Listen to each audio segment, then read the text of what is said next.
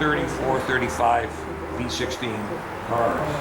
This was found, and the original restoration was done by the Harris Collection in Nevada. Harris found that car. And, unbelievable car to drive. I mean, to me, to be driving the only other car since this has been a Bugatti that has a 16-cylinder engine. So it's an amazing car. This one here is a 1931 Cadillac V12, and this was the first year for the V12 engine. We bought this at auction about 3 or 4 years ago, and paper spent 2 years. Down in the end, this is a Silver Seraph long wheelbase. It's called a Park Ward, and it's a. They only built these in 2000, in 2001, in 2002. They built about 126 of them for the world. They're the long base. What's interesting about these are 12-cylinder cars. And this is the first time the Rolls-Royce built a 12-cylinder car since 1939 when they built the Phantom 3. Wow. Again, a terrifically driving car. This car on the end here is a Rolls-Royce Phantom. This is one of the new models. It's an extended wheelbase. And it's called the Year of the Dragon. And you'll notice some things like this on the car. It was built primarily for Asia. In 2012, they built, I think, 10 of these cars. I think 8 of them went to Asia. This is one that stayed in the country. It's got some amazing features on the car. Throughout the car, it's got refrigerators inside, cocktail services, television systems. It's got curtains on the windows for privacy. And just about everything you can get on a Rolls-Royce. It even has a lighted flying lane. That's what I was going to picture. So those are really rare. Yeah, yeah. This is the Phantom convertible prop head. They started building them in 2007, I think, late 2007. And this year is the last year of building these cars. And they built total, this production this year, about 300 of them for the world. And I didn't realize that the production was that low of the cars. So it's not likely you'll see another one driving around very often. But amazingly wonderful, the largest convertible in the world.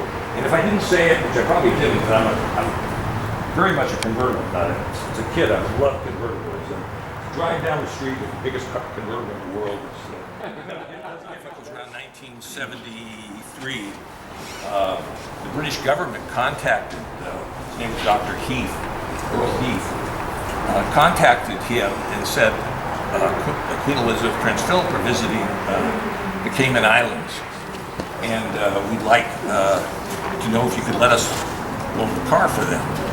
And he agreed, well, I think with the condition, in fact I've got volumes of paperwork, but with the conditions that he and his wife could go to the Cayman Islands and meet the Queen.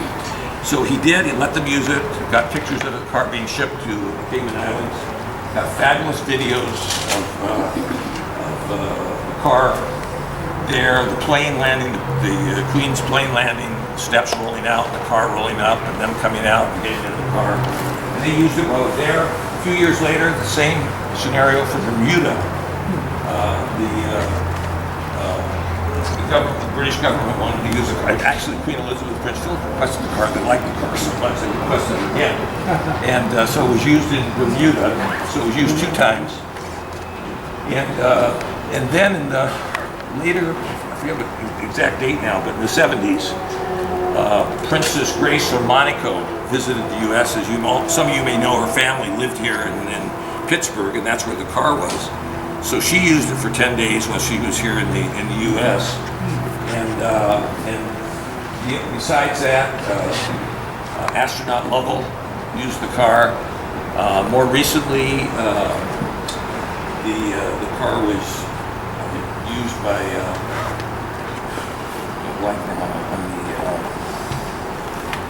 the second man on the moon. Yeah. No. So anyhow, he used it a few weeks ago. So it's had a very colorful history, and the car's got about 56,000 miles on it from new, all original, completely original. And most recently, FIBA, which is the worldwide organization for best preserved cars, just gave us award for, the best preserved cars. Anyhow, he was knighted by Queen Elizabeth, but he ordered this car. He was very much into polo and horse racing. So he made some special specs on the car. If you look at the car, just so luxurious on the interior too. But he ordered this sort of rear tailgating, I guess. And this is what he'd use when he'd go. Yes, this is what he'd use when he would go to to those events.